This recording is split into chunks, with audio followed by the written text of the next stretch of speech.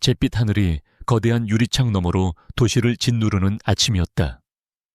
대한민국 경제의 심장부라 불리는 SJ그룹 타워, 그 70층 높이의 위용은 구름을 뚫고 솟아 있었지만 건물 내부의 공기는 그 높이만큼이나 서늘하고 희박했다. 전략기획본부, 감사팀. 거대한 사무실 한가운데 수많은 파티션으로 나뉜 공간 속에서 한유진은 존재감 없이 앉아 있었다. 그녀는 30을 갓 넘겼지만 헐렁한 베이지색 가디건과 아무렇게나 질끈 묶은 머리, 두꺼운 뿔테 안경은 그녀를 실제보다 더 나이 들어 보이게도 혹은 아예 눈에 띄지 않게도 만들었다. 한 대리, 이거 김 부장님께 보고서 좀 올려다 줘. 아니다. 내가 가는 게 낫겠다. 넌 또 가다가 쏘들라. 옆자리 박 과장이 서류 뭉치를 들다 말고 유진을 힐끗 보며 말했다. 유진은 화들짝 놀란 토끼처럼 고개를 들었다. 아니요. 괜찮습니다. 제가 할게요. 그녀는 황급히 일어나려다 의자 다리에 발이 걸려 휘청했다. 박 과장은 거봐라는 듯 혀를 쯧 찾고 사무실 몇몇이 피식 웃었다. 유진은 얼굴을 붉히며 고개를 숙였다. 그녀는 SJ그룹 내에서 유명한 어리바리 한대리였다. 입사 동기들보다 승진은 한참 늦었고 커피를 쏟거나 서류를 잘못 전달하는 실수는 다반사였다. 모두가 그녀를 무해하지만 조금 모자란, 그래서 딱히 경계할 필요도 없는 사람으로 여겼다. 유진은 다시 자리에 앉아 모니터에 떠있는 끝없는 숫자들의 배열을 바라보았다. 감사팀의 업무는 지루하고 반복적이었다. 특히 그녀가 맡은 일은 수많은 계열사의 자잘한 비용 처리 내역을 검토하는 가장 하찮게 여겨지는 업무였다. 그녀의 뿔테 안경 너머 아무도 주목하지 않는 눈동자가 차갑게 빛나고 있었다는 사실을 이 거대한 빌딩 안에 그 누구도 알지 못했다. 그녀의 손가락이 키보드 위를 일정한 속도로 두드렸다. 그 소리는 마치 거대한 기계 속 잊힌 톱니바퀴가 홀로 내는 소리처럼 사무실의 소음에 묻혀 사라졌다. 같은 시각 꼭대기층의 CEO 집무실. 짙은 마호가니 책상 뒤에 앉은 강민혁은 도시 전체를 발 아래 둔 채 싸늘한 눈으로 태블릿을 응시하고 있었다. 29의 SJ그룹의 총수 자리에 오른 그는 재벌 3세라는 화려한 타이틀과 달리 언제나 얼음장 같은 긴장감에 휩싸여 있었다. 지난 3년간 그는 선대 회장 시절부터 뿌리 깊게 박힌 올드가드, 세력과 보이지 않는 전쟁을 치르는 중이었다. 그들은 아버지의 사람들이었고 이제는 회사의 암세포처럼 번져 있었다. 그래서 SJ건설의 3분기 손실이 예상치 못한 원자재 가격 폭등 때문이라고요? 민혁의 낮은 목소리가 화상회의 시스템을 통해 울렸다. 화면 너머 푸근한 인상이지만 노회한 눈빛을 숨기지 못한 박태석 부회장이 부드럽게 웃었다. 회장님, 젊으셔서 아직 현장의 어려움을 다 모르시는 모양입니다. 건설 경기는 늘 변수가 많지요.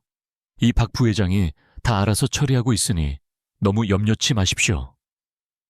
그 말은 위로가 아닌 명백한 무시였다. 박태석은 민혁의 아버지와 함께 SJ를 키운 개국공신이었고 이사회는 사실상 그의 손아귀에 있었다. 민혁은 주먹을 쥐었다. 그는 이 거대한 왕국의 왕이었지만 정작 그의 신하들은 그를 어린아이 취급했다. 민혁은 회의를 종료했다. 그는 거대한 통유리창 앞으로 걸어갔다.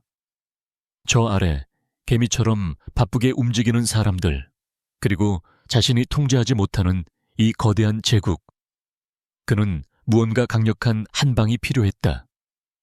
박태석의 숨통을 끊어놓을, 그들의 부패한 뿌리를 송두리째 뽑아버릴 결정적인 증거.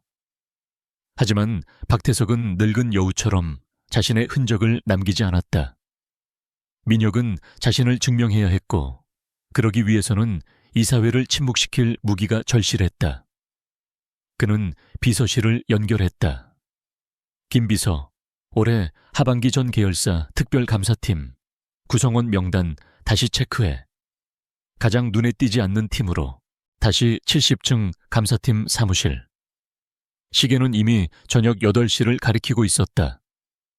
요란했던 사무실은 텅 비었고 한유진의 자리만이 유일하게 불을 밝히고 있었다. 그녀는 여전히 모니터를 보고 있었다. 낮의 그 어수룩한 표정은 온데간데 없었다. 안경을 벗자 드러난 그녀의 눈매는 날카롭고 깊었다. 그녀는 지금 SJ화학의 법인카드 사용 내역을 검토 중이었다. 수백 개의 라인 중 유독 눈에 거슬리는 항목 하나가 있었다. 임원 A3팀 야근 식대. 금액은 고작 34만 원. 문제는 그 날짜였다.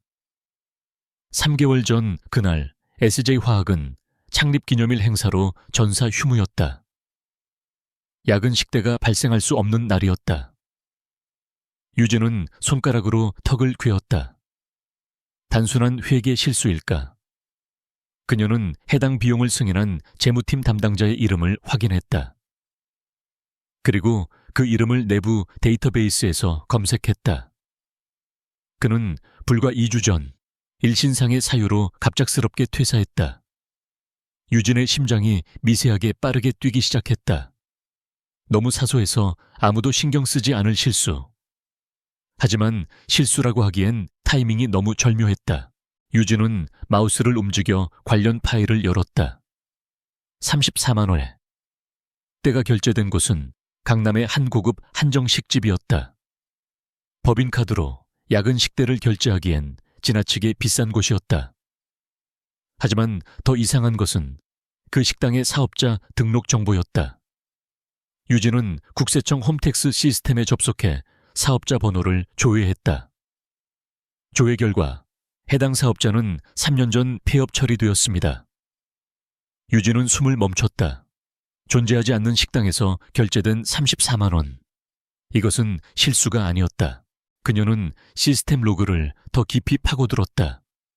이 유령 식당의 결제 내역은 지난 1년간 총 27번이나 더 있었다. 금액은 모두 50만 원 미만으로 감사팀의 정밀 감시망을 교묘하게 피해가는 소액이었다.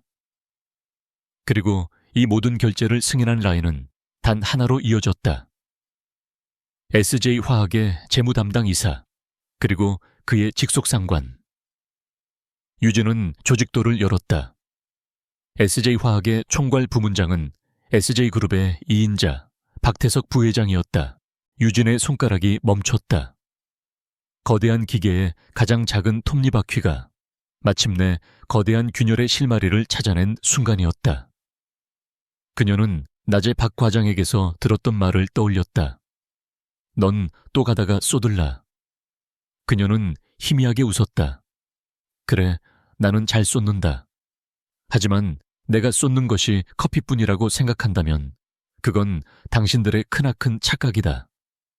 그녀는 이 작은 파일에 임시 저장 대신 A3이라는 알 수 없는 코드명을 붙여 개인 보안 폴더로 옮겼다.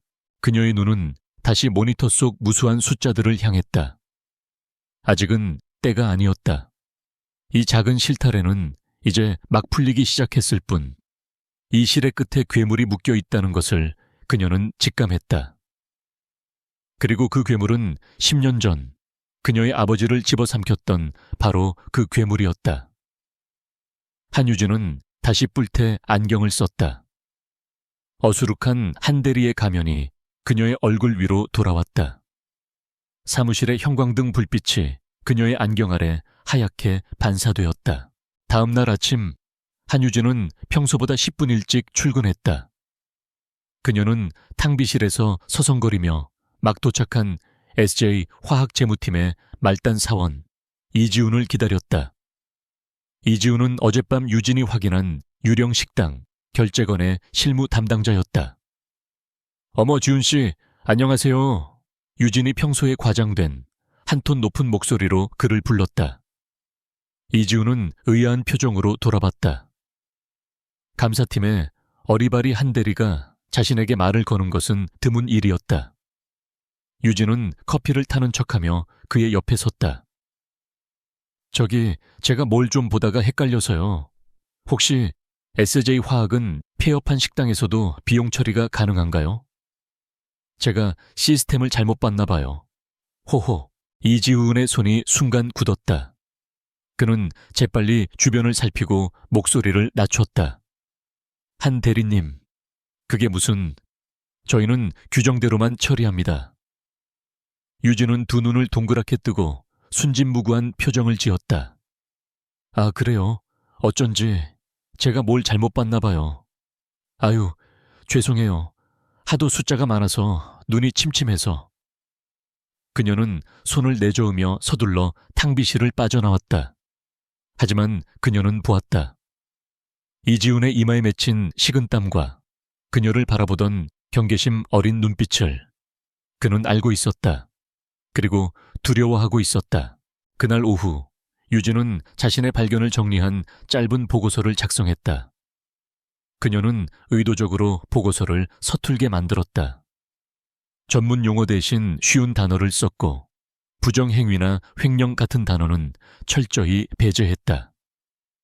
대신 시스템 오류로 인한 중복 결제 가능성과 폐업 사업장 정보 업데이트 누락이라는 순진한 제목을 달았다.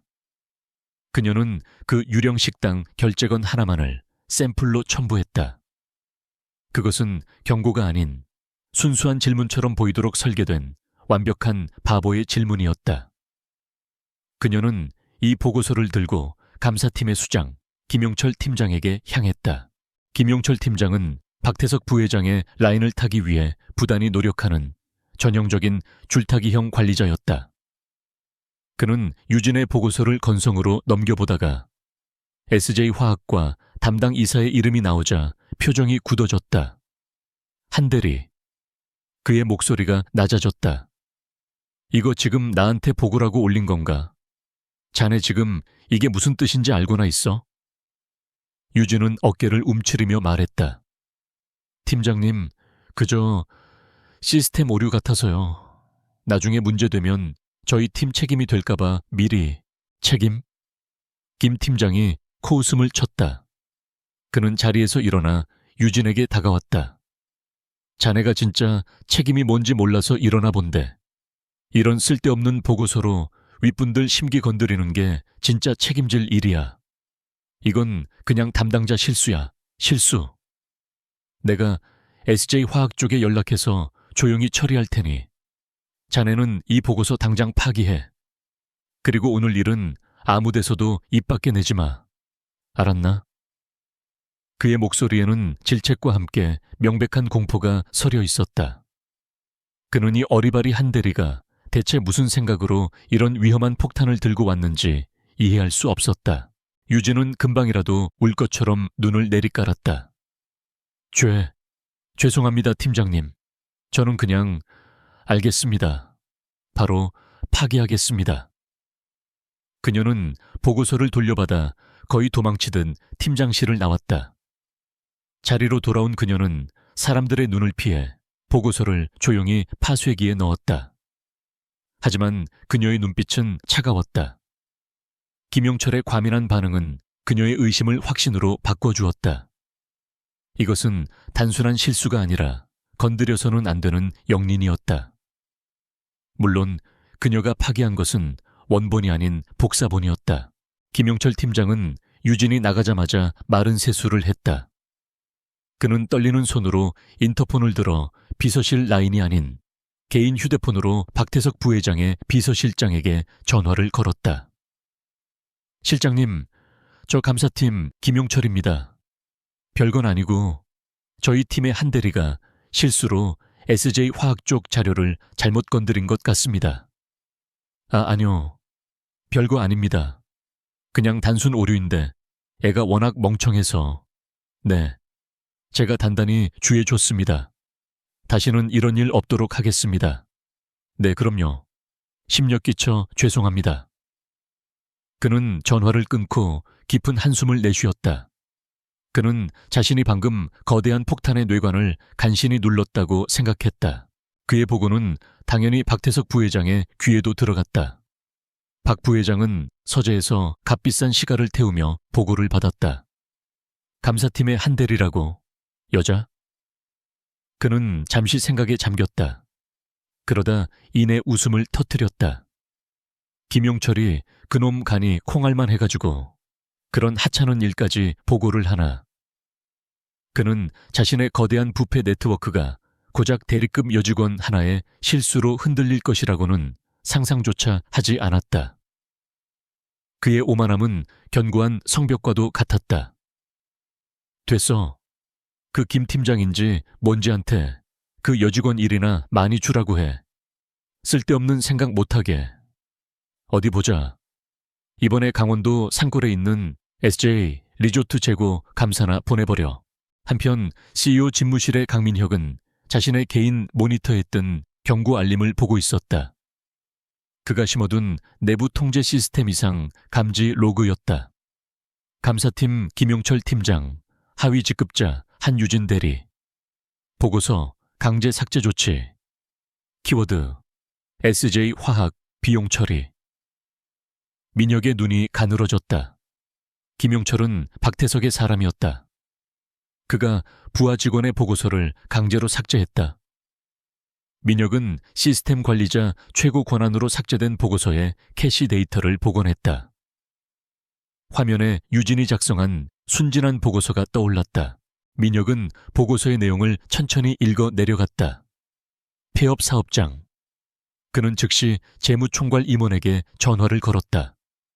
SJ화학의 최근 3년간 비용 처리 내역 중 폐업 사업장에서 결제된 내역 전부 찾아서 내 책상으로 올려. 지금 당장. 그는 전화를 끊고 다시 모니터를 바라봤다. 한유진. 그는 비서실을 통해 그녀의 인사기록 카드를 열었다. 평범한 대학, 평범한 학점, 그리고 지난 몇 년간의 평범하다 못해 저조한 업무 평가. 업무 습득 속도가 느리나 성실함. 대인관계는 원만하나 적극성 부족. 강민혁은 미간을 좁혔다. 이 여자는 정말 아무것도 모르고 이 보고서를 올린 것일까? 아니면 김용철이 과민 반응을 한 것일까? 그는 인사기록 카드 속 뿔테 안경을 쓴 채 어색하게 웃고 있는 유진의 사진을 노려보았다. 어느 쪽이든 박태석의 충견이 직접 나서서 덮으려 했던 보고서였다. 그것만으로도 이 한유진 대리라는 이름은 민혁의 머릿속에 각인되기에 충분했다. 그는 아직 그녀를 어리석은 여자라고 판단했지만 그녀가 던진 돌멩이가 자신이 찾던 첫 번째 파문의 시작일지도 모른다고 직감했다. 박태석 부회장의 지시는 신속하고 정확하게 이행되었다. 김용철 팀장은 다음 날 아침 한유진을 호출했다. 그는 책상 위에 두툼한 서류철을 던지며 말했다. 한 대리, 다음 주부터 강원도에 있는 SJ 리조트 재고 감사건 맡아줘. 거기가 지금 인력이 부족해서 그런데 자네가 꼼꼼하니까. SJ 리조트 재고 감사는 감사팀 내에서 시베리아 유배로 불리는 업무였다. 본사에서 4시간이나 떨어진 상골에 처박혀 1년치 재고 목록을 수기로 대조해야 하는 누구도 맡고 싶어 하지 않는 일이었다. 사무실의 모든 시선이 유진에게 쏠렸다. 명백한 좌천이자 징계성 발령이었다. 모두가 그녀가 불만을 터뜨리거나 최소한 절망할 것이라 예상했다. 그러나 유진은 두 눈을 동그랗게 뜨고 특유의 어리숙한 미소를 지었다. 정말요? 와, 저 리조트 가보는 거 처음이에요. 알겠습니다, 팀장님. 열심히 하겠습니다. 그녀는 90도로 허리를 숙여 인사하고는 서류철을 낑낑대며 들고 자리로 돌아왔다. 동료들은 그녀를 보며 역시 쟤는 뭐가 문제인지도 모르는구나라며 혀를 찼다. 강원도 상월의 리조트는 비수기를 맞아 한적했다. 유진은 창고 구석에 마련된 임시 사무실로 안내받았다. 먼지가 뽀얗게 쌓인 책상과 구형 컴퓨터 한 대가 전부였다. 그녀가 본사에서 가져온 서류철을 펼치기도 전에 진짜 위협이 시작되었다.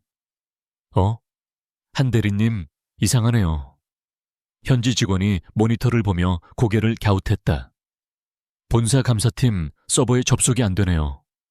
보안 등급 오류라고 뜨는데 유진이 직접 시도해봤지만 마찬가지였다. 그녀의 계정이 정지된 것이었다. 아, 어떡하죠?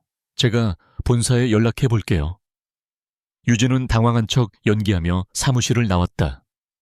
하지만 그녀의 표정은 차갑게 가라앉아 있었다. 예상했던 일이었다. 그들은 그녀를 이곳에 고립시키고 아무것도 못하게 만들 작정이었다. 하지만 그들이 모르는 것이 있었다. 유진은 이곳에 오기 전 지난 3일간 밤을 새워 감사팀 서버의 주요 데이터베이스 전체를 자신의 개인용 보안 USB 3개에 나눠 백업해 두었다. 그녀는 어리바리 한 대리의 연기를 하며 사무실의 모든 보안 시스템을 우회하는 방법을 이미 1년 전에 파악해둔 터였다. 유진은 창고 사무실로 돌아와 가방 깊숙한 곳에서 개인 노트북과 USB를 꺼냈다. 그녀는 리조트 내부망이 아닌 개인 핫스팟을 이용해 노트북을 켰다. 시베리아 유배지는 순식간에 그녀만의 비밀스러운 수사본부가 되었다. 산더미 같은 수기장부와 영수증들. 그것은 남들에게는 벌이었지만 유진에게는 기회였다. 본사의 감시망에서 벗어나 박태석이 미처 신경 쓰지 못했던 리조트 운영의 비리까지 파헤칠 수 있는 절호의 기회. 그녀는 먼지 쌓인 장부 속에서 SJ화학에서 봤던 것과 동일한 패턴의 유령 거래 흔적을 찾아내기 시작했다. 그녀가 강원도에서 고군분투하는 사이 서울의 본사에서는 더 노골적인 함정이 파헤쳐지고 있었다. 유진이 리조트로 떠나기 직전 마무리했던 SJ물산의 분기감사 보고서. 김용철 팀장은 그 보고서가 중대한 숫자 오류를 포함한 채 이사회에 제출되었다며 긴급회의를 소집했다. 이게 다 한유진 대리가 마무리한 겁니다. 안 그래도 요즘 정신이 딴 데 팔려 있는 것 같더니 이런 어마어마한 실수를. 김 팀장은 책상을 내리치며 노발대발했다. SJ물산의 영업이익이 수백억 원이나 부풀려진 채 보고되었고 이는 당장 공시정정이 필요한 중대 사안이었다. 이 소식은 즉시 쇼 강민혁에게도 보고되었다. 민혁은 미간을 찌푸렸다. 처음엔 서버 접속 차단, 이제는 수백억대 회계 오류. 한 명의 대리에게 일어나는 일이라고 하기엔 너무나 극단적이었다. 그는 김용철이 제출한 오류 보고서와 그가 이전에 확인했던 유진의 삭제된 보고서를 나란히 띄워놓고 비교했다. 너무 조잡했다. 이렇게 큰 오류를 감사팀의 실무자가 놓쳤다는 것도 이상했지만 그 오류가 하필 박태석 부회장과 대립각을 세우고 있는 SJ물산의 실적을 깎아내리는 방향이라는 것이 더 의심스러웠다. 이것은 유진을 해고하기 위한 명분이자 동시에 SJ물산을 공격하는 이중 포석이었다. 김용철 팀장은 당장 한유진을 서울로 소환했다. 긴급징계위원회가 소집되었다. 강원도에서 막 상경한 듯 초췌한 모습의 유진이 회의실에 섰다. 김 팀장과 인사팀 임원들이 날카로운 눈으로 그녀를 쏘아붙였다. 한 대리, 이 보고서 본인이 작성한 것 맞습니까? 이 수백억 원의 차액 어떻게 설명할 겁니까? 당신의 실수 하나 때문에 회사가 입을 타격을 생각이나 해봤어요? 김 팀장의 목소리는 서슬퍼렇게 울렸다. 모두가 유진이 울며 사죄하고 이 모든 책임을 지고 물러나길 기대했다. 유진은 고개를 숙인 채 떨리는 목소리로 입을 열었다. 죄송합니다. 하지만 그녀는 가방을 뒤져 무언가를 꺼냈다. 그것은 두툼한 서류 뭉치였다. 팀장님, 제가 최종 제출한 보고서는 이것입니다. 그녀가 내민 것은 놀랍게도 공증사무소에 확정일자인이 찍힌 SJ물산분기 감사보고서 원본 출력본이었다. 저는 제가 워낙 실수가 잦아서 중요한 서류는 항상 제출 직전에 공증사무소에 가서 사본 증명을 받아둡니다. 혹시나 시스템 오류가 날까 봐서요. 회의실의 공기가 순간 얼어붙었다. 유진이 내민 보고서는 완벽했다. 숫자 오류는 어디에도 없었다. 김 팀장이 이사회에 제출한 오류 보고서는 유진이 최종 제출한 후 누군가 그녀의 아이디를 도용해 숫자를 조작하고 다시 제출한 위조 보고서였다. 유진은 떨리는 척하며 덧붙였다. 제출 로그를 확인해 보시면 제 원본이 제출되고 10분 뒤에 제가 사용하지 않는 IP에서 수정본이 다시 제출된 기록이 남아있을 겁니다. 그녀는 자신의 어리바리함을 가장한 철두철미함으로 완벽한 방어막을 쳐둔 것이었다. 김용철 팀장의 얼굴이 불그락부르락 달아올랐다. 그는 감히 아이디 도용을 입에 올리지 못했다. 그것을 인정하는 순간 문제는 한 대리의 실수가 아닌 내부 범죄로 비화될 터였다. 인사팀 임원들은 당황한 기색을 감추지 못했다. 이 모든 상황을 자신의 집무실에서 화상으로 지켜보고 있던 강민혁은 입꼬리에 희미한 미소를 걸었다. 공중사무소? 그는 허탈한 웃음을 터뜨렸다. 저 여자는 바보가 아니었다. 바보를 연기하는 천재였다. 김용철의 과민 반응, 서버 차단, 그리고 어설픈 조작까지 모든 퍼즐이 맞춰졌다. 어리석게 보였던 그녀. 민혁은 자리에서 일어났다. 이제 그가 직접 그녀를 만나볼 차례였다. 징계위원회 소동이 끝나고 한유진은 다시 감사팀의 유령 같은 존재로 돌아왔다. 김용철 팀장은 그녀를 없는 사람 취급했다. 그는 자신의 목을 조를 뻔했던 이 어리바리한 대리가 공증이라는 상상밖의 무기를 들고 왔다는 사실에 분노했지만 동시에 그녀의 뒤에 누가 있는지 알 수 없어 두려워했다. 사무실 동료들은 그녀를 더욱 노골적으로 피했다. 찍힌 직원과 엮여 좋을 것이 없었기 때문이다. 유진은 이 모든 고립을 기꺼이 받아들였다. 그것이 그녀가 원했던 완벽한 방어막이었으니까. 그날 저녁 퇴근길 지하철에서 유진의 휴대폰이 짧게 진동했다. 발신자 표시 제한, 암호화된 보안 메시지였다. 오늘 밤 9시 청담동 미왕 2층 국화실. 혼자 오도록. 카이 유진의 심장이 쿵 하고 바닥으로 떨어지는 것 같았다. 미왕. VVIP들만 출입하는 최고급 한정식 레스토랑. 그리고 KSJ그룹에서 감히 K라는 이니셜을 쓸 수 있는 사람은 단 한 명뿐이었다. 강민혁, 올 것이 왔다고 그녀는 생각했다. 밤 9시, 유진은 여전히 낮에 입었던 낡은 가디건과 원피스 차림으로 미왕의 문을 열었다. 화려한 입구에서 지배인이 노골적인 경멸의 시선으로 그녀를 훑어보았다. 손님, 예약하셨습니까? 한유진입니다. 국화실. 그녀의 이름이 나오자마자 지배인의 표정이 180도 바뀌었다. 그는 당황한 기색을 감추지 못하며 극도로 정중하게 그녀를 안쪽에 가장 은밀한 방으로 안내했다. 그들의 CEO가 이런 허름한 차림의 여자를 직접 불렀다는 사실을 도무지 이해할 수 없다는 얼굴이었다.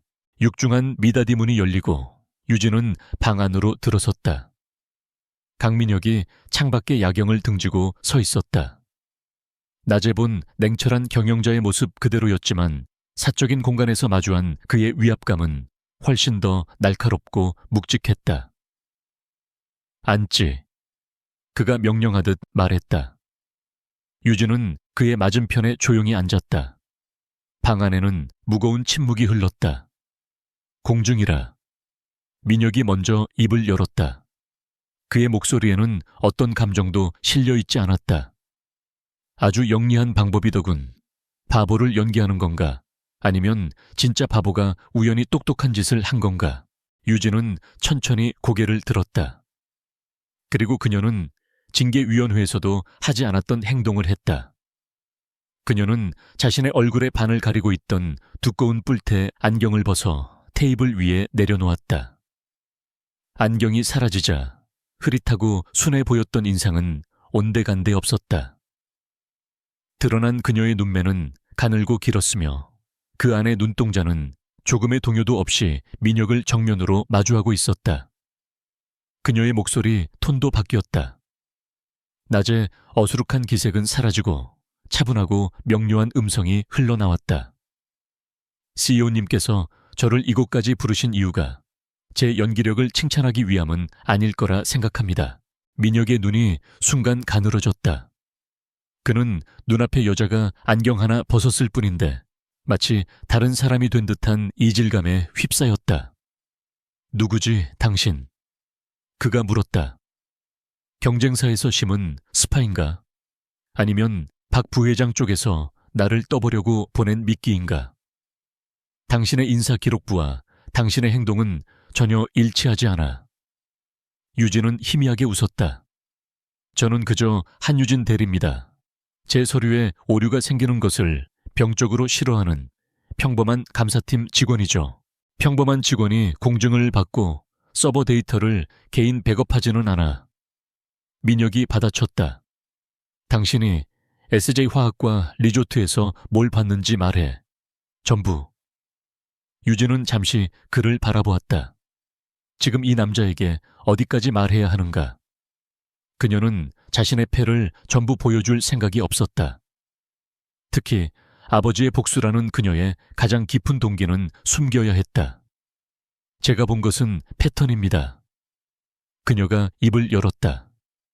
SJ화학의 유령 식당 결제건, 그리고 강원도 리조트의 자재 구매 내역. 모두 50만 원 미만의 소액이지만 동일한 유령 회사들로 돈이 흘러 들어가고 있었습니다. 지난 5년간 제가 확인한 것만 수백 건. 금액으로는 수십억 원에 달합니다. 민혁의 표정은 변하지 않았지만 그의 눈빛은 흔들리고 있었다. 수십억. 그는 박 부회장이 회사를 갉아먹고 있다는 것은 알았지만 그 구체적인 경로를 찾지 못했었다. 그런데 이 여자가 가장 밑바닥의 먼지 같은 데이터 속에서 그 흐름을 찾아낸 것이다. 그리고 그 모든 최종 승인 라인은 유진이 결정타를 날렸다. 박태석 부회장님의 재무 라인과 연결되어 있습니다.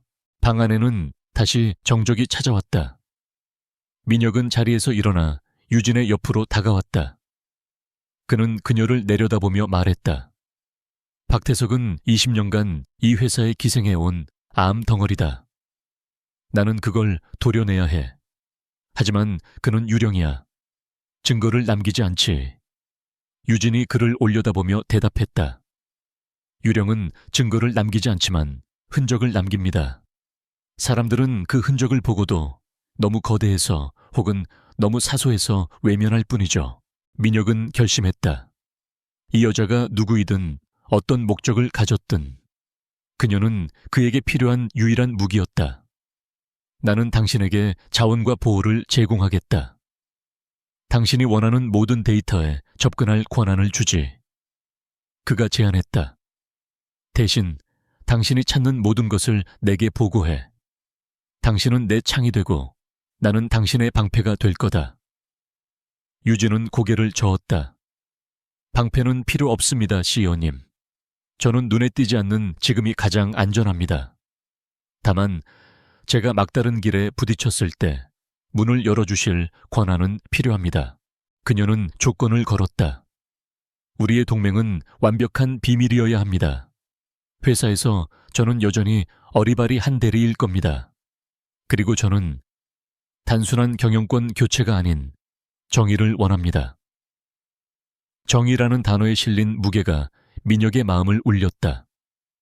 그는 그녀가 단순한 야망이 아닌 더 깊은 무언가에 의해 움직이고 있음을 직감했다. 좋아. 거래하지. 그가 손을 내밀었다. 유진은 악수 대신 가볍게 고개를 숙였다. 유진은 자리에서 일어나 다시 안경을 썼다. 그러자 날카롭던 호랑이는 다시 순한 고양이의 모습으로 돌아갔다. 민혁은 그 놀라운 변화를 말없이 지켜보았다. 이 작은 여자가 어떻게 저 거대한 가면 뒤에 그토록 엄청난 분노와 지성을 숨기고 살아왔을까? 그는 처음으로 자신의 얼어붙은 심장 한구석에서 호기심과 감탄이 뒤섞인 뜨거운 무언가가 피어오르는 것을 느꼈다. 그가 훔쳐볼 수 없었던 그녀의 진심이 역설적으로 그의 마음을 흔들기 시작했다. 그녀는 그의 마음을 훔치러 온 것이 아니었다. 그녀는 그저 그녀의 길을 갈 뿐이었지만 그 모습 자체가 그의 철옹성을 무너뜨리고 있었다. 강민혁과의 은밀한 동맹 이후 한유진의 일상은 겉으로는 변함이 없었다. 그녀는 여전히 어리바리 한대리였고 김용철 팀장의 노골적인 무시와 동료들의 경멸, 어린 동정을 받으며 지냈다. 하지만 이제 그녀의 손에는 강력한 무기가 쥐어져 있었다. 강민혁이 열어준 CEO 직속 최고 보안 등급은 그녀가 SJ그룹의 모든 서버에 접근할 수 있게 했다. 유진은 김 팀장에게 지난번 리조트 감사 때 누락된 자료가 많아서요. 10년치 폐기된 서버 자료까지 다 봐야 할 것 같아요. 제가 느려서 시간이 좀 걸릴 것 같습니다. 라고 보고했다.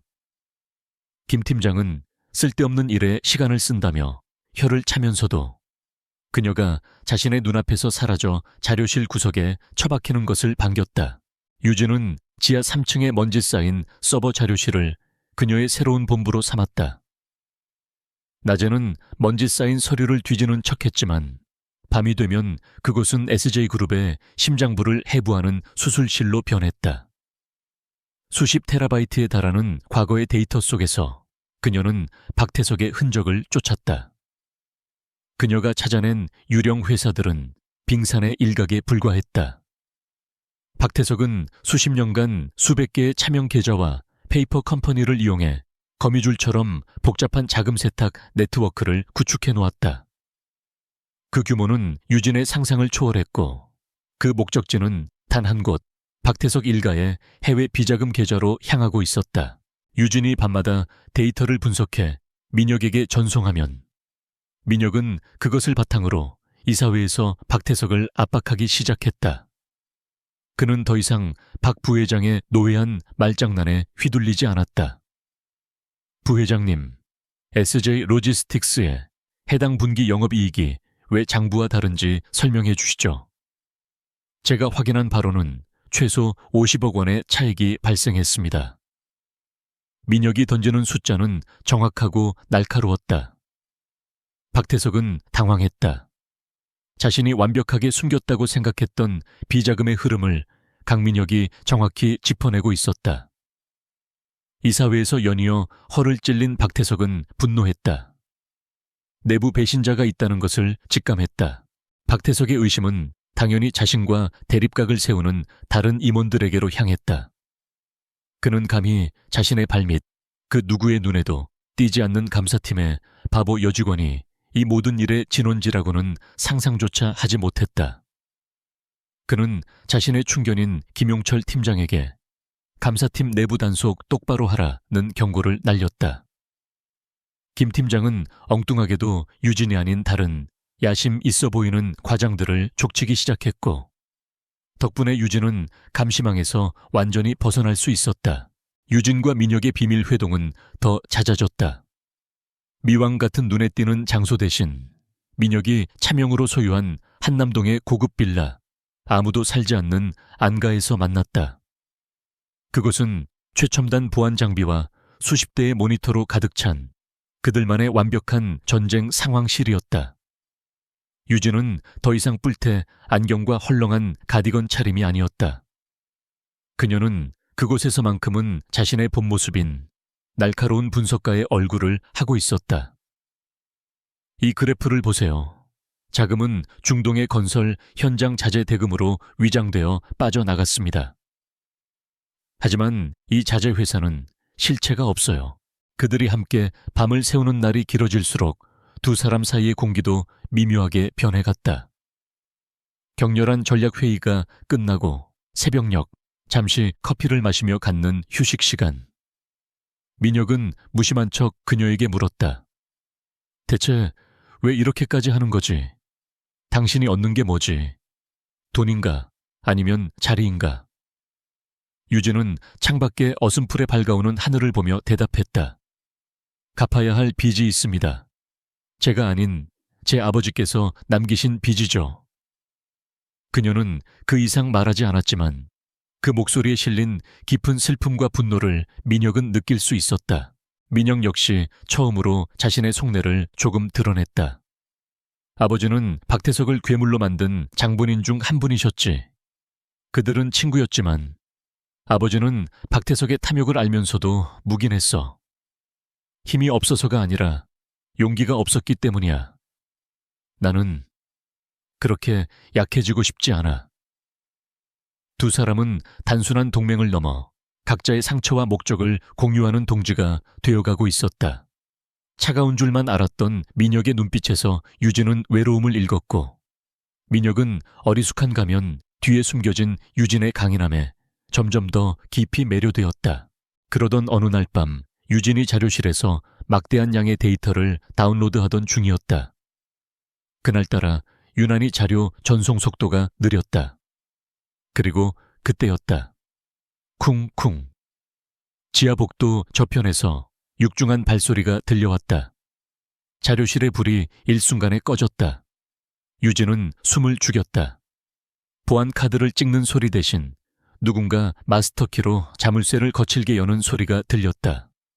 문이 열리고 건장한 사내 두 명이 손전등을 들고 들어왔다. 그들은 박태석의 지시를 받는 내부 보안팀, 사실상 그의 사설 용병이나 다름없는 자들이었다. 누구야? 그들의 거친 목소리가 울렸다. 유진은 거대한 서버렉 뒤에 몸을 숨겼다. 심장이 미친 듯이 뛰었다. 들켰나?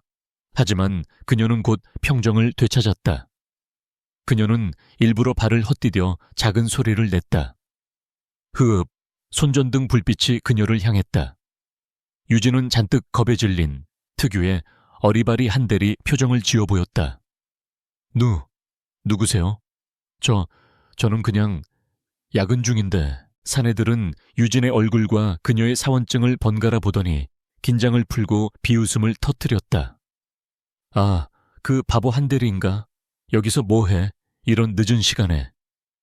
자료가 너무 많아서요. 유진이 울먹이며 대답했다. 그들은 유진이 내부 배신자일 가능성은 1, 2%도 생각하지 않았다. 재수없게. 한 남자가 투덜거리며 그녀의 팔을 거칠게 잡아 끌었다. 여긴 관계자 외 출입 금지야. 당장 나가. 그리고 오늘 본 건 아무 데서도 말하지 마. 알았어? 그들은 유진의 노트북을 빼앗아 바닥에 내동댕이쳐 박살냈다. 다시는 얼쩡거리지 마. 유진은 겁에 질린 채 비명을 지르며 자료실을 뛰쳐나왔다. 그녀는 곧장 비상계단을 통해 안가로 향했다. 그녀가 도착했을 때 민혁은 초조하게 그녀를 기다리고 있었다. 유진의 헝클어진 머리와 남자의 손에 거칠게 붙잡혔던 팔목의 붉은 자국을 본 순간 민혁의 차가운 눈동자에 이성의 끈이 끊어지는 듯한 분노가 스쳤다. 그놈들이 당신을 건드렸어? 그가 얼음장 같은 목소리로 물었다. 강민혁의 눈은 유진의 팔목에 찍힌 붉은 손자국에 고정되어 있었다. 그의 냉정한 가면 뒤에서 통제되지 않는 분노가 들끓었다. 내가 그놈들 손목을 부러뜨릴 거야. 그의 목소리는 낮고 위험했다. 유진은 그의 그런 모습을 처음 보았다. 자신을 향한 그의 감정이 단순한 동맹 이상임을 깨달은 순간 그녀는 오히려 한 발 물러섰다. 괜찮습니다. 이건 아무것도 아니에요. 그녀는 재킷을 여며 붉은 자국을 가렸다. 그들이 노트북을 부쉈지만 그녀가 주머니에서 손바닥만한 암호화 USB를 꺼내 들었다. 진짜는 여기 있으니까요. 그들은 미끼를 문 겁니다. 민혁은 그녀의 대담함에 잠시 분노를 잊었다. 그녀는 그 위험한 순간에도 자신의 목숨보다 이 작은 데이터를 지키는 것을 우선시했다. 그들은 안가의 메인 서버에 USB를 연결했다. 유진이 마지막으로 다운로드한 파일. 그것은 박태석의 가장 깊은 곳에 숨겨져 있던 검은 장부의 원본 파일이었다. 화면에 수백 개의 이름과 날짜, 그리고 천문학적인 액수의 숫자 배열이 떠올랐다. 이것은 단순한 비자금 장부가 아니었다. SJ그룹의 지난 20년간의 모든 추악한 거래가 기록된 판도라의 상자였다. 유진의 손가락이 특정 날짜에서 멈췄다. 20년 전, 그녀의 눈이 믿을 수 없다는 듯 커졌다. 거기에 그녀의 아버지 한상준 감사팀장의 이름이 있었다.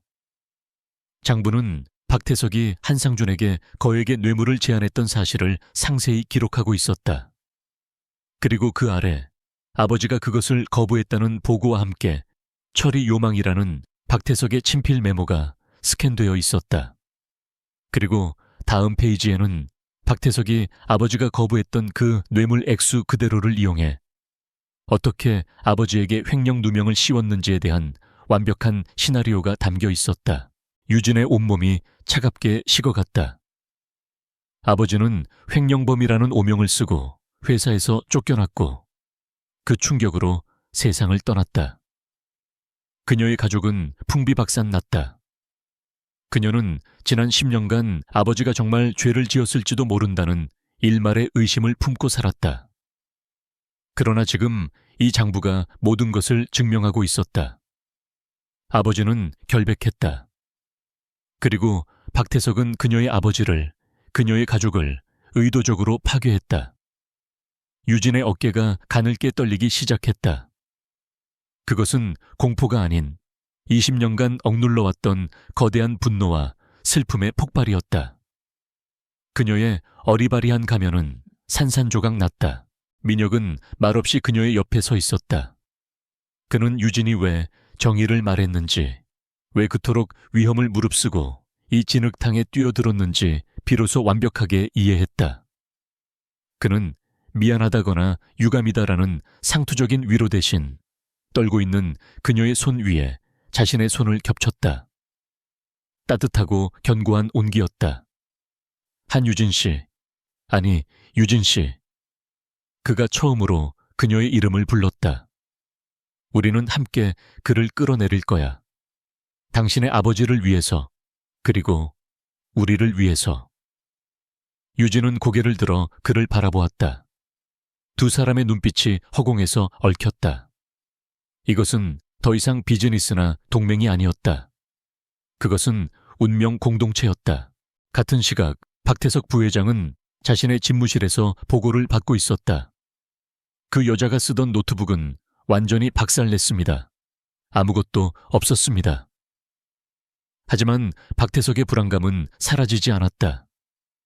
강민혁의 공격이 너무나 치명적이고 정확했다. 무언가 놓치고 있는 것이 있었다. 그 한유진이라는 여자, 뒷조사 다시 해. 사사티, 20년 전 기록까지 전부. 그의 직감이 위험 신호를 보내고 있었다. 그리고 몇 시간 뒤 그가 받은 보고서는 그의 얼굴을 잿빛으로 만들었다. 한유진, 부, 한상준, 전 SJ그룹 감사팀장, 20년 전 횡령 혐의로 해임, 젠장. 박태석의 고함이 집무실을 울렸다. 모든 조각이 맞춰졌다. 어리바리한 대리가 아니었다. 복수를 위해 10년을 기다린 독사였다. 그는 자신이 그 독사의 꼬리를, 그것도 모르고 밟았다는 것을 깨달았다. 그녀는 분명 증거를 가지고 있을 것이다. 20년 전 자신의 완벽한 범죄를 뒤집을 증거. 그는 당장 김용철 팀장을 호출했다. 그 여자 당장 잡아와, 무슨 수를 써서라도. 하지만 김 팀장의 대답은 절망적이었다. 부회장님, 한 대리가 오늘 무단결근했습니다. 연락도 되지 않습니다. 박태석은 패닉에 빠졌다. 그 여자가 강민혁과 붙었다는 것이 확실해졌다. 그들은 분명 증거를 가지고 있을 것이다. 그는 이틀 뒤에 열릴 SJ그룹 재단 자선 갈라를 떠올렸다. 매년 그가 자신의 영향력을 과시하던 모든 언론과 정재계 인사가 모이는 가장 화려한 밤. 그는 그날 모든 것을 끝내기로 결심했다. 그는 비서실장에게 지시했다. 갈라 행사장 보안을 최고 등급으로 올려, 그리고 강민혁의 일거수일투족을 감시해. 그 여자도 분명 그날 나타날 거야. 그는 유진을 그곳에서 끝장내고 동시에 강민혁이 횡령을 저질렀다는 거짓 증거를 터뜨려 동반 추락시킬 함정을 꾸미기 시작했다. 안개서 유진과 민혁 역시 자선 갈라를 결전의 날로 잡고 있었다. 모든 증거를 그날 언론과 이사회에 동시에 터뜨릴 계획이었다. 하지만 민혁은 박태석의 갑작스러운 침묵이 더 불안했다. 유진 씨, 박태석이 당신의 정체를 안 것 같아. 그가 함정을 팠을 거야. 갈래는 오지 마. 너무 위험해. 데이터는 내가... 유진이 그의 말을 잘랐다. 아니요, 갑니다. 그녀의 목소리는 단호했다. 그는 제 아버지를 어둠 속에서 음해했습니다. 저는 그를 가장 밝은 빛 속에서 심판할 겁니다. 이것은 제 싸움이에요, 민혁 씨. 그녀는 더 이상 가면 뒤에 숨지 않았다. 민혁은 그녀의 강인한 눈빛에서 그녀를 향한 자신의 마음이 단순한 연민이나 동맹의식을 넘어섰음을 깨달았다. 그것은 존경이었고 이미 걷잡을 수 없이 커져버린 사랑이었다. SJ그룹 재단 자선 갈라의 밤. 대한민국 정재계의 모든 별이 모인 듯 롯데월드타워 최상층의 연회장은 화려함의 극치를 달렸다. 수백 개의 크리스탈 샹들리에가 빛을 쏟아냈고 샴페인 잔이 부딪히는 소리와 저명 인사들의 웃음소리가 클래식 선율과 뒤섞였다. 이 화려한 무대의 주인은 단연 박태석 부회장이었다. 그는 수십 명의 기자들에게 둘러싸여 인자한 미소로 재단의 성과를 설명하고 있었다. SJ그룹은 국민과 함께 성장해온 기업입니다. 오늘의 이 자리는 그 성과를 사회에 환원하는 뜻깊은 연회장 한편에서 강민혁은 얼음 조각 같은 얼굴로 그 광경을 지켜보고 있었다. 그의 사설 경호원들이 그의 주변을 철통같이 감쌌지만 그의 시선은 오직 한 곳 연회장 입구를 향해 있었다. 유진은 아직 도착하지 않았다. 그는 박태석이 이 무대에서 자신을 공격할 것을 알고 있었다. 그리고 동시에 유진을 노릴 것도 알고 있었다. 손에 쥔 휴대폰이 차갑게 식어 있었다. 유진이 그에게 보낼 진입 성공 신호는 아직 오지 않았다. 유진은 정문으로 들어오지 않았다. 그녀는 어리바리 한 대리의 사원증을 목에 건 채 낡은 작업복 점프수트 차림으로 건물의 지하 화물 엘리베이터를 탔다. 그녀의 사원증은 아직 정지되지 않았다. 박태석은 그녀를 잡는 데만 혈안이 되어 그녀가 가진 가장 기본적인 무기를 간과했다. 그녀의 어깨에 맨 가방에는 노트북이나 USB 대신 방송 송출 장비를 해킹할 수 있는 소형 송신기와 고전압 배터리가 들어있었다. 그녀의 목표는 무대 뒤편의 메인 방송 통제실이었다. 하지만 그녀가 통제실로 향하는 복도에 들어서는 순간 검은 정장을 입은 사내 2명이 앞을 가로막았다. 박태석의 사설 경호팀이었다. 한유진 씨, 부회장님께서 찾으십니다. 유진은 뒤돌아 뛰기 시작했다. 거대한 주방, 식자재 창고를 가로지르는 숨막히는 추격전이 벌어졌다. 유진은 전투 요원이 아니었지만 지난 10년간 이 빌딩의 모든 도면을 머릿속에 넣어둔 전략가였다. 그녀는 뜨거운 증기가 뿜어져 나오는 조리기구 사이를 아슬아슬하게 피하며 비상구로 향했다. 그러나 비상구 문 앞에서 그녀는 멈춰 설 수밖에 없었다. 박태석 부회장이 직접 그곳에 서 있었다. 그의 인자한 가면은 완전히 벗겨져 있었다. 경멸과 사리가 가득한 눈이 그녀를 쏘아보았다. 이 더러운 쥐새끼. 그의 목소리는 낮고 차가웠다. 내 아비처럼 주제도 모르고 날뛰더니 꼴이 볼만하구나. 경호원들이 유진의 양팔을 거칠게 붙잡았다. 네가 가진 것 전부 내놔. 그럼 네 아비 곁으로 편하게 보내주지. 유진은 그를 노려보며 침을 뱉었다. 당신이야말로 지옥에 갈 준비나 하시죠. 박태석은 헛웃음을 터뜨리더니 경호원들에게 눈짓했다. 이 빌딩 어딘가 조용한 방에 쳐넣어. 갈라가 끝날 때까지. 그리고 행사가 끝나면 실족사로 처리해. 유진은 저항했지만 소용없었다. 그녀는 복도 끝 방음 처리가 된 VIP 대기실에 던져지듯 갇혔다. 육중한 문이 밖에서 잠겼다. 박태석은 옷매무새를 가다듬고 다시 연 회장의 무대로 향했다. 이제 두 번째 함정을 작동시킬 차례였다. 연 회장에서 박태석은 행사의 하이라이트인 기조연설을 위해 단상에 올랐다. 그는 슬픔에 잠긴 표정으로 연설을 시작했다. 신사숙녀 여러분, 오늘 저는 무거운 마음으로 이 자리에 섰습니다. 연 회장이 순식간에 조용해졌다. 우리 SJ그룹 내부에 암적인 존재가 발견되었습니다. 모든 카메라가 그를 향했다.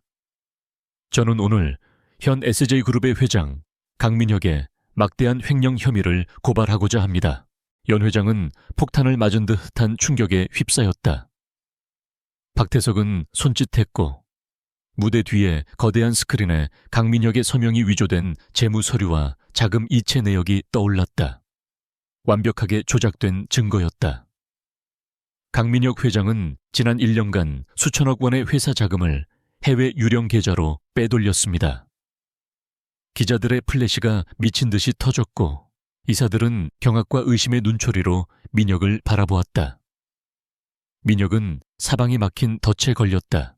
같은 시각 VIP 대기실에 갇힌 유진은 문을 두드리는 대신 가방을 열었다. 그녀는 작업복 소매를 뜯어내고 그 안에서 소형 송신기와 배터리를 꺼냈다. 이 방은 방음 처리는 되어 있지만 방송 케이블과 네트워크 허브는 벽 안에 그대로 살아있었다. 그녀는 벽면 패널을 뜯어내고 복잡한 전선들 사이에서 메인 방송 피드 라인을 찾아냈다.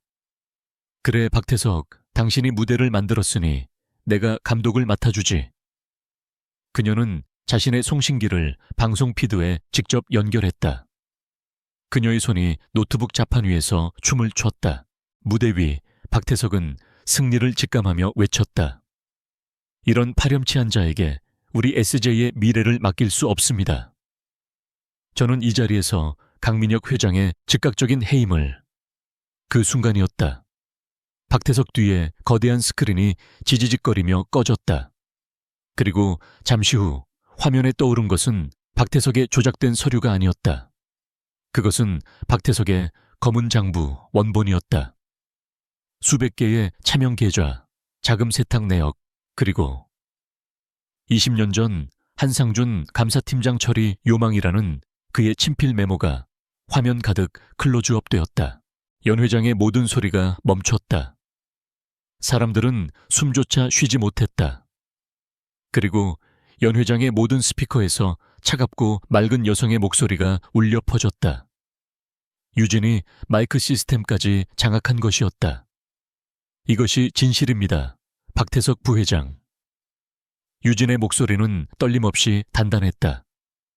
수천억 원을 횡령한 것은 강민혁 회장이 아니라 바로 당신입니다. 그리고 20년 전 내 아버지를 파멸시킨 것도 당신입니다. 개기죠. 당장 꺼. 박태석이 통제실을 향해 미친 듯이 소리쳤지만 아무 소용없었다. 스크린에는 박태석의 모든 범죄 증거가 연이어 재생되었다. 모든 것이 폭로되었다. 모든 것이 끝났다. 그때 강민혁이 단상으로 걸어 올라왔다. 그는 박태석의 어깨를 밀치고 마이크를 잡았다. 보안팀, 저자를 당장 체포하십시오. 그리고 그가 신호를 보내자 연 회장 밖에서 대기하고 있던 검찰 수사관들이 쏟아져 들어왔다. 박태석은 믿을 수 없다는 듯 뒷걸음질 쳤다. 그 순간 VIP 대기실 문이 열리고 유진이 걸어 나왔다.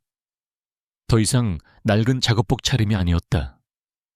그 안에는 격식 있는 검은색 드레스가 받쳐 입혀져 있었다. 그녀는 어리바리 한 대리도 복수의 화신도 아닌 그저 모든 것을 끝낸 한 사람의 얼굴을 하고 있었다. 그녀는 단상으로 걸어 올라와 수백 대의 카메라 플래시 속에서 강민혁의 옆에 섰다.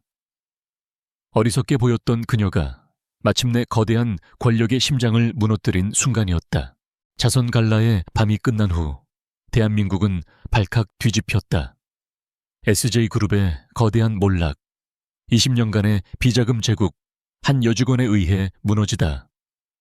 모든 뉴스와 신문의 한 면은 박태석의 추악한 범죄와 그를 무너뜨린 어리석게 보였던 그녀, 한유진의 이야기로 도배되었다. SJ그룹의 주가는 폭락했고 창사 이래 최대의 위기를 맞았다. 하지만 강민혁은 이 혼돈을 기다렸다는 듯 신속하고 무자비하게 움직였다. 그는 유진이 넘긴 검은 장부를 검찰에 전면 제출했다. 박태석의 라인에 서 있던 올드가드 임원들은 다음 날 아침 자신의 사무실이 아닌 검찰 조사실로 출근해야 했다. 김용철 팀장을 비롯한 부역자들 역시 공범 혐의로 모두 체포되었다. 강민혁은 긴급 이사회를 소집하고 전 국민이 지켜보는 가운데 대국민 사과 기자회견을 열었다. 그는 과거의 잘못을 숨기지 않았고 뼈를 깎는 쇄신을 약속했다. 그의 단호하고 진정성 있는 태도에 시장의 혼란은 조금씩 진정되기 시작했다. 한유진은 이 모든 폭풍의 한가운데에 있었다. 그녀는 더 이상 어리바리 한대리가 아니었다. 언론은 그녀를 SJ의 잔다르크, 정의를 구현한 내부 고발자로 칭송했다. 강민혁은 공식 석상에서 20년 전 억울하게 해임되었던 그녀의 아버지, 고 한상준 팀장의 명예를 공식적으로 회복시켰다. SJ그룹은 유가족인 한유진에게 공식 사과와 함께 정당한 보상을 지급했다. 그녀를 경멸하고 무시했던 옛 감사팀 동료들은 이제 그녀와 눈도 마주치지 못했다. 며칠 뒤 첫눈이 내리던 날, 유진은 홀로 아버지가 잠든 추모 공원을 찾았다. 그녀는 차가운 비석 앞에 박태석이 구속되는 장면이 실린 신문과 아버지의 복직 및 명예회복이 담긴 사령장을 내려놓았다. 아버지, 이제 다 끝났어요. 보셨죠? 아버지는 제 평생의 영웅이셨어요. 그녀의 눈에서 뜨거운 눈물이 흘러 비석 위로 떨어졌다. 그녀는 20년간 짊어졌던 무거운 복수의 짐을, 그리고 아버지를 향한 그리움과 원망이 뒤섞인 감정을 그곳에 모두 내려놓았다. 그녀가 한참을 울고 난 뒤 고개를 들었을 때 저 멀리 검은 코트를 입은 강민혁이 우산을 든 채 묵묵히 그녀를 기다리고 서 있었다. 그는 그녀의 가장 사적인 애도의 시간을 방해하지 않으려 기꺼이 눈을 맞으며 그녀가 나올 때까지 기다려준 것이었다. 3개월 후 SJ그룹은 거대한 수술을 마치고 안정을 되찾고 있었다. 강민혁은 약속대로 그룹의 체질을 완전히 바꾸었다. 그 첫 번째 조치는 CEO 직속으로 신설된 윤리경영 및 내부개혁 태스크포스의 발족이었다. 그 조직은 그룹 내 모든 계열사의 감찰권과 기소권을 가진 사실상의 무소불위의 독립기구였다. 그리고 강민혁은 그 초대 수장 자리에 모두가 예상했던 대로 한유진을 임명했다. 한유진 대리는 파격적으로 한유진 부사장이 되었다. 부사장실의 문이 열리고 유진이 걸어 나왔다. 그녀는 더 이상 헐렁한 가디건이나 뿔테 안경을 쓰지 않았다. 깔끔하게 재단된 검은색 정장과 세련된 안경, 단정하게 정돈된 머리는 그녀를 완전히 다른 사람으로 보이게 했다. 하지만 진짜 변한 것은 그녀의 눈빛이었다. 가면 뒤에 숨겨야 했던 총명함과 자신감이 이제 그녀의 얼굴에 온전히 드러나 있었다. 그녀는 차갑고 날카로웠지만 동시에 정의로웠다. SJ그룹의 그 누구도 더 이상 그녀를 어리석다고 말하지 못했다. 그날 밤 유진은 마지막 개혁안 보고서를 들고 CEO 집무실을 찾았다. 꼭대기층의 야경은 그날처럼 여전했지만 그 풍경을 바라보는 두 사람의 마음은 완전히 달라져 있었다. 수고했습니다, 한 부사장. 민혁이 보고서를 받으며 말했다. 공식적인 말투였지만 그의 눈빛은 따뜻했다. 이제 회사는 안정을 찾았습니다. 유진이 대답했다. 민혁은 보고서를 내려놓고 그녀에게 한 걸음 다가섰다. 회사는 안정을 찾았는데 그가 나지막이 말했다. 나는 아니, 유진이 의아한 눈으로 그를 바라보았다. 민혁은 그녀의 손을 조심스럽게 잡았다.